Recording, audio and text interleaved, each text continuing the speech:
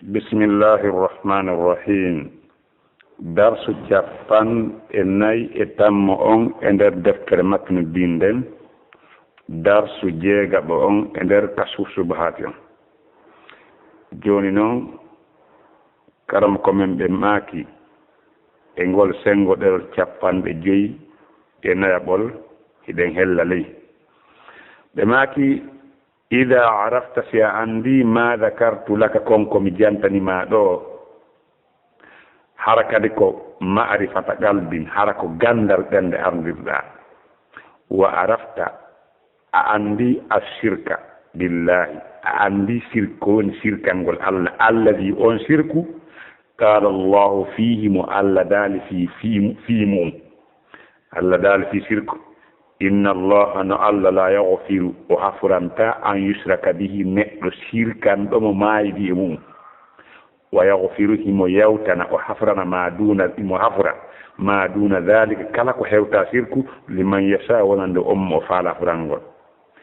si a andi ɗum wa arafta anday kadi dina allahi a andi ka dina allah alladi ka dina arsala bihi rusula ka o neldi e muɗum nelaɓe ɗen min awwalihim ila e arano maɓɓe ila akhirihim ha e sakkitore maɓɓe wa huwa alladi ko kan diina woni la yaqbalu llahu ka allahu on jaɓanta min ahadin hay e goto siwawo si wona kanka wa arafta anday ma asbaha konko wonte ghalibu nnasi no fooli yimɓe ɓen fihi e muɗum min aljahali bi hada ko majjigol ngol ɗo konngol la ilaha illallah majjigol diina allah kanko ɗum addi ha ɗe fitina si a andi ɗum a faadaka nafete fa'ida tay nafooreji ɗiɗi al ula nafoore aranere nden alfarhu ko weltorgol bi fadlillahi ɓural allah wa rahmata yurmene makko nden ko weltorgol ko allah danduma kon ko buy jarribona kama qala ta'ala wona allah to ɗo darir noon wi'u bi fadlillahi ko sabu ɓural allah ngal wa bi rahmatihi e yurmede makko nden fa bi dhalika ko sabu ɗum ɗo falyafrahu woni ko ɓe hani weltorde huwa ko weltorgol diina kan hoyrum ɓuri moƴƴude mimma yajma'una di weltorgol konko ɓe yimɓe woni moogude jawle e ɓiɓɓe e laamu si ɗum ɗon nden nafoore ɗon kadi heɓike wa afadaka aydan nafete kadi alkhawful adimi kulol mawnungal fa innaka no an ida arafta si a andi al insana wonde neɗɗo yakfuru himo yeddira himo heeferɗira bi kalimatin sabu konngol gotol takki yalfiduha ngol o wowlirta bi lisani ɗengal makko ngal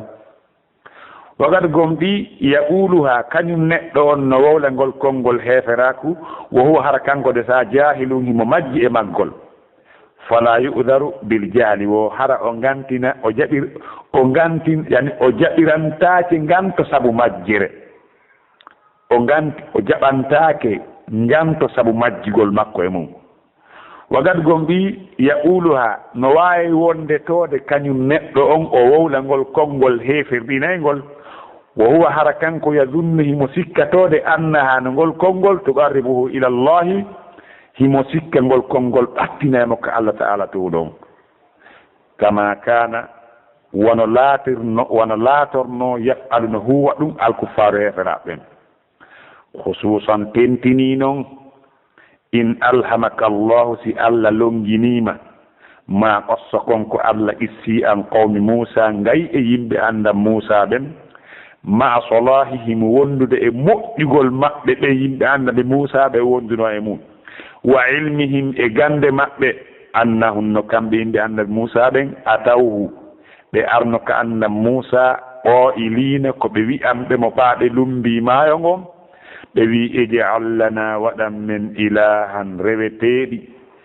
reweteɗo kama lahum wona wodirani ɓe yimɓe ɓe men yiiɗo alihatu reweteɗi si a andi ɗum fa hina idin on say ya'dumu mawnay hirsuka rerɗugol ma wa khawfuka e hulugol ma ala ma yukhallisuka e hoore konko dandayima min hada e oɗo fitina wa amsalihi e ko nandi e mum. Donc haray ɗo joni e yirtoɗen kadi daroɗen waɗo taw ndaren si en wawa faamude ko yewta ɗo seeɗa saabu no wonde e bokku bakkare. karama ko men ɓe maaki ida arafta si a andi ma dakartu laka konko mi jantanima ma'rifatu qalbin hara ko gandal ɓernde, cela veut dire ko o faandi e mu'um. si a andi ma'ana la ilaha illallah hara ko ma'ana haqiqa yankojo on ma'ana haqiqa yankojo ko ala reweteɗo e gonga ko hina Allah. a anday o sirkangol Allah on sirku mo Allah daali fi muɗum inna allaha la yaghfiru an yushraka bihi wa yaghfiru ma duna dhalika liman yasha'u. a andi kadi o sirku mo Allah daali o yawtanta neɗɗo maayiɗo e muɗum imo yawta ko hina ɗum wonande on mo faala. won ɗum e karama koɓɓe wono lurri fi oɗo aya eskino mofti sirku jano e sirku togoso. haray ko sirku on janɗiba fanɗiba wota a ɓaɗo nani fi hon ɗum hadiseje ɗen ko ari kon ko man laqiya allaha la yushrika bihi shay'an dakhala aljanna wa man laqiya allaha yushriku bihi shay'an dakhala annara.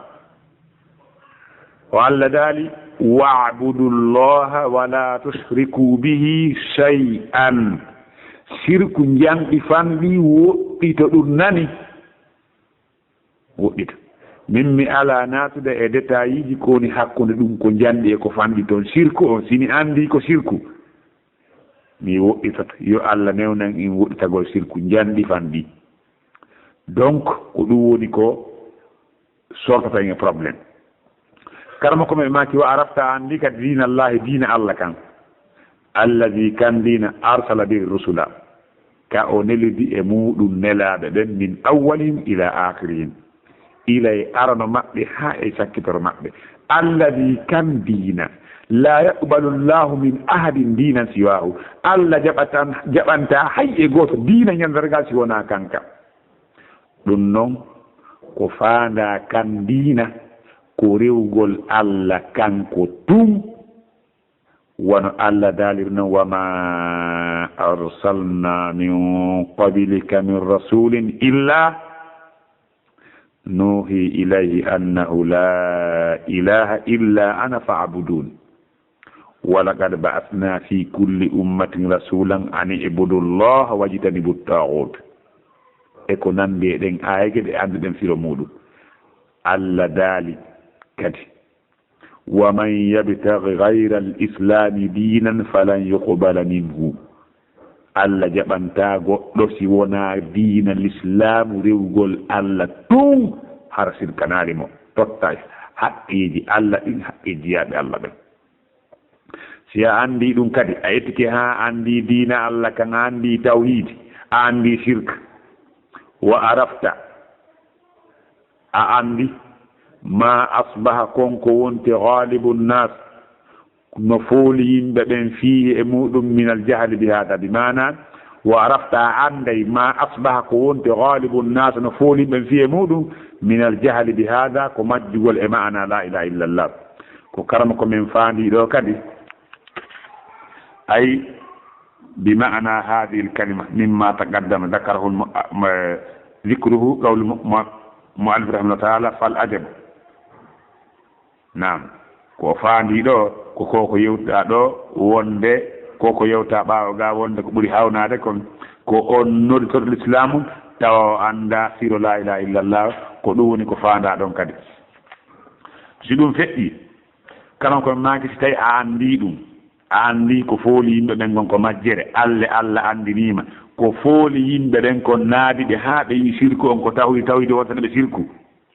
ko majjere Allah andinima tawhidi Allah andinima sirku a heɓay nafooreji ɗi mawnuɗi a faada ka fayda tayni nafete nafooreji ɗiɗi mawnuɗi. si a andi ko jantamaɗa kon ɗo a andi sirku a andi tawhid a andi ko fooli yimɓe ɓen haa ɓe sirkani Allah ko tawde ɓe annda maana la ilaha illallahu nafete nafooreji ɗiɗi a faadaka faidatayn aranum ɗum al ula arnum ɗum alfarhu bi fadlillahi ko weltorgol ɓural Allah ngal wa rahmatuhi e yurmede makko nden kama qala ta'ala wono Allah daaliri noon qul bi fadlillahi wa bi rahmatihi fa bidhalika falyafrahu huwa khayrum mimma yajma'una. Donc haray ɗum nafete nafooreji ɗiɗi nafoore arnan nden ko andugol ma wonde Allah to ɗon o udditi e dow ma haqqille o newnanima a heeɗi ko jannama ha a andi an ma'ana selluɗo on la ilaha illallah ma'ana ngol konngol mawnugol an andi mana maggol pellet ɗum ɗo ko ɓural mawnugal immorɓe kaliri meɗe makko andugol ma'ana la ilaha illallah selluɗo on heɓugol gandal sellugal ngal heɓugol gandal sellugal ngal pellet ko ɓural mawnugal noon ko Allah subhanahu wa ta'ala weltorgol ɗum ɗo Allah yamiri yo weltore Allah yamiri ɗum ɗo on yo o weltor qul bi fadlillahi wa bi rahmatihi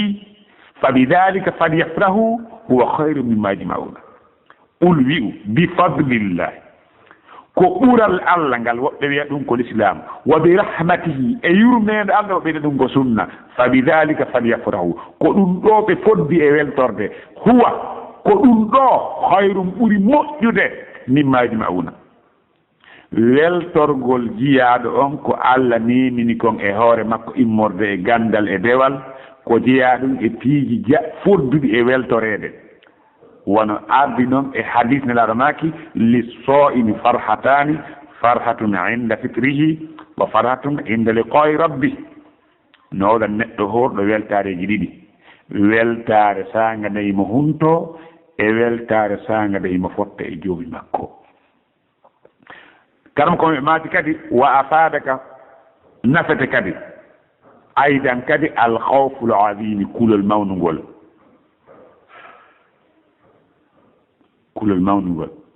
ko honɗum hulɓinayma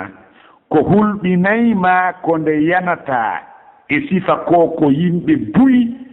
yani ko e mum hande kala neɗɗo marɗo tawhidi kala neɗɗo marɗo gomɗinal Allah haray hande kadi mo huli surtout fitinaji wonɗi ɗin ka hor leydi hella ka jawle ko kala ko ngelo yiyata hankin ko karama kojo no jokki diina no wakkili fi jawdi fitna on tigi few fi sonnaade fitna fo on tigi few ko ɗum waɗi no haani nde yiwɗen si en yii ɗen fitnaaɓe wiyen alhamdulillahi alladi afani mimma abtalaka bih wa faddalani ala kathiri min ibadi tafdila sabu ko woni hulɓiniide pellet si a yii ɗum kulol ma ngol mawnay a hulay wota yano e sifa ko yimɓe ɓuyani e muɗum immorde e majjere e majjugol la ilaha illa haɗa probléme Allah subhanahu wa ta'ala karma ko ɓe maati fa innaka noon ida arafta sa andi annal insana sa noon ko insan to yimɓi sa andi wonde neɗɗo yakfuri himo heeferɗira bi kalimatin sabu konngol yaltaygol ka ɗengal makko sabu konngol gootol neɗɗo no heeferɗira sabu konngol yaltidu haa ngol o wowlata bilisanihi ka ɗengal makko o huwa yaquluha kanko toode himo wi'angol wo huwa hara kanko jahilum ko o majjuɗo fala yu'daru bil jahli o jaɓantake ngam to sabu majjere ɗo konnguɗi buyi no woodi ko pooɗa hella ka o wi'i ɗo wonde o jaɓantake nganto e majjere haqiqa tan ko raɓɓiɗi kon ɗo neɗɗo no jaɓane nganto e majjere ko anda kon o anda amma noon si yottike e makko o yeetama o salike ɗon ko o saliɗo wiyete o wiyetake ɗon o jiyetake on o wi'etaake wonde ko o annda ɗon o sali ko ɗum woni ko raɓɓiɗi kon ɗon enen en naata ɗi détaji juutuɗi arɗi fii ko yowndiri e wi'gol wonde neɗɗo jaɓantaake nganto sabu majjere neɗɗo no jaɓane nganto sabu majjere ɗum noon koyete majjere ko si tawi hewtaadima few ananaaɗi innde mum few sakko wona a jaɓima a salike ɗon haray a jaɓante nganto amma ko heddi kon si yettikema a jaɓantaade nganto karma ko men ɓe maaki wagadi yaquluha gomɓitode kanko neɗɗo wowlo ngol konngol heeferaku himo wowla ngo hara kanko ya durni mo sikka annaha wonne konngol tuqarribu ilallahi no ɓattinamo ka Allah waɗa few buyno sinki bidiyaji ɗon sikka ɗin bidiyaji ɓattineɓe ka Allah hara ɗum waɗan alanaɓe importance yona woɗɗintingol ɓe ka Allah subhanahu wa ta'ala bidiya ko naf bidiya koko woɗɗintinayma ka Allah ɓantamar subhanahu wa ta'ala o wiyangomo sikka wonde ngol ɓattinaymo ka Allah kama ya ɗum wona sikkirta kadi wono sikkiri almusrikuna sirkaɓen sikkirno noon khususan tentini noon in alhamaka allahu si Allah longinima ta'ala towɗon ma ɗassa konko ɓissi an qawmi Musa ngay e yimɓe anda Musa ɓen ma a wondire salahi moƴƴugol maɓɓe wa ilmin e gande maɓɓe annon no kamɓe a tawɓe ari anda Musa qailina ko ɓe wi'anɓe mo iji allana waɗan men ilahan reweteɗo kama lahum aliha wono wodirani ɗeɗo reweteɗi noon waɗamen menen kadi ta ɗowlingol konngol anda Musa noon giɓi fahina idin on sa yadumu mawna e hawfuka kulol mangol wa hirsuka e rerɗugo mangol ala ma yuqallisuka e hoore konko sortayma laɓɓinayma min haada e ɗum ɗo amsale sifa muɗum haray karma ko men e nde toɓɓere ɗo kadi sangane karma ko men ɓe rentinno immorde e حينما حذر الشيخ رحمه الله من أمرين أحدهما خوف الإنسان على نفسه من أن يظن ما ظن هؤلاء في معنى التوحيد أنه هو إفراد الله تعالى بالخلق والرزق والتدبير بين رحمه الله أن الواجب على الإنسان أن يكون على خوف دائما karam ko men sangan ɓe rentinno piiji ɗiɗi mawnuɗi goote ɗin piiji ɗiɗi ko hulugol neɗɗo on e hoore hulangol mo hoore makko nde o sikkata konko sikki ɓe yimɓe e nder konngol la ilaha illallah on wonde fiɓagol wonde ɗum ko bajjinɗinirgol Allah tun taggol e absugol e toppitagol karama ko men ɓangini ɓaawa ɗum wonde ko waɗɗi e hoore neɗɗo on ko nde o laatoto e hoore kulol haare mo maaɓani hoore makko chaque fois o wuura hakkunde kulol e tamɓinaare summa refti yadkuru haala qawmi alladina qalu li Musa karama ko men ɓe ɓangini kadi alhaali ɓen wi'annooɓe annda Musa ya Musa ji allana ilahan kama lahum aliha qala innakum qawmun tajhalun inna haulai mutabbarum ma fi wa batilum ma kanu ya'malun ɓen arno ɓe yiyanna Musa waɗani men reweteɗo ɓen andi ko ɓaa ɓe lundi kama Fir'auna yoolama ɓe yahi ha ɓe rewi takko yimɓe ɗon ɓen no ufino e hoore sanamuji maɓɓe ɓe yi tun ɗum labanaɓe ha kamɓe kadi ɓe inni wayyo ɓe menen kadi waɗani men reweteɗi wono wodani ɓeɗo ni reweten no labane ɓe sikki wonde ɗum ɓattinayɓe ka Allah ɗulle ko heferɗinay ɗum anna Musa maki onon ko yimɓe majjuɓe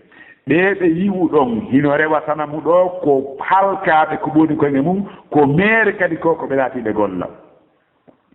fa bayyana lahum anna su'alahum an yaj'al lahum alihatan kama kana li haula'i aliha min al-jahli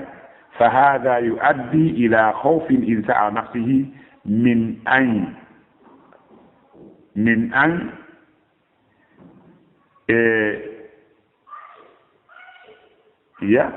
yattahi bifamal ko fandido min an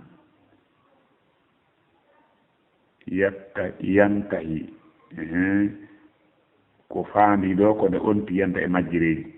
wo be maaki wo karam ko men be bangini do yani wo anda Musa banginani yimbe makko ben do wonde ko be landimo kon yo o wadan be rewiteedi wana wodirani be yido immode rewiteedi o holli wonde dum do ko majjirani not dum do non naqayo neddo on hulu o hulan hoore makko nde o yanta e majjireji nokku ka goddo yimbe ben buyi majji e kongol la ilaha illallah haade sikki wonde mana dum ko wiigol tago ala arsiko ala toppitotoɗo ala si wona Allah ko ɗum woni karam ko min faade ɗanginangol en ɗo haare ɗo kadi ɓen waadagol fewno ɗo